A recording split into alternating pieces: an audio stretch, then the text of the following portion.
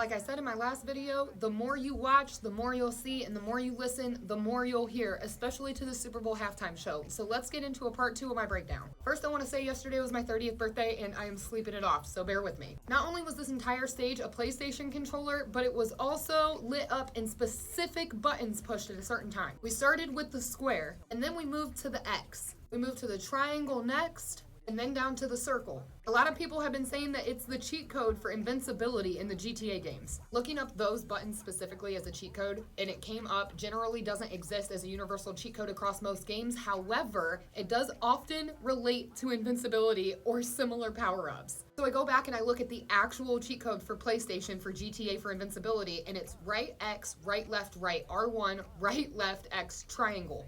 Now go back and re-watch it, and while he's on the X, the camera pans right and then zooms out to the X, and then it pans right again, and they're moving around the X, and the camera views changing are the right, left, rights. It 100% is this cheat code right here. This X button though, man, he really popped off with this, okay? It's the only button that's lit up red. It's on the 30-yard line.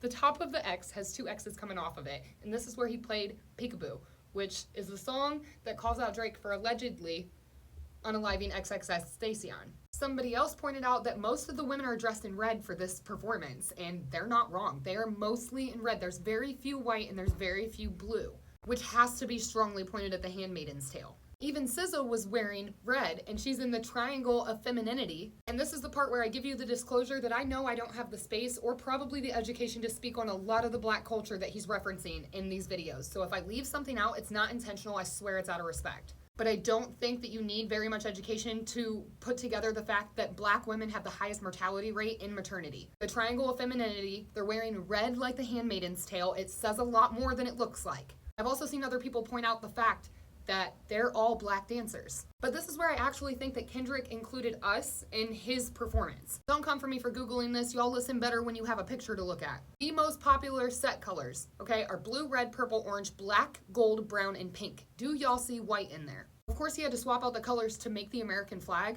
and show that we are so divided. But if you watch this performance and watch the dancers, even the people just wearing white are telling their own story. For me personally, I feel like Kendrick's saying no more left and right, no more black and white, it's up and down. But to do that, we all gotta step together. A lot of people don't know that the Black Panthers were actually rallying with white people and that they were going and getting them and saying, hey, stop looking left and right and start looking up and down because they're doing the same shit to y'all too.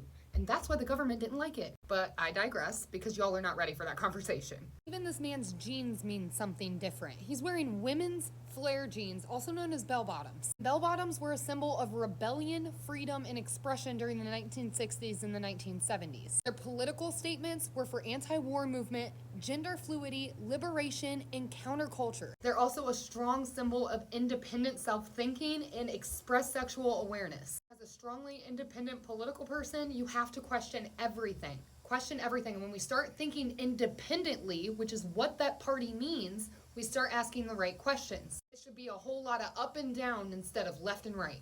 And that's what I think he's trying to say. But I'm just a white girl who did a lot of time in prison. Who am I?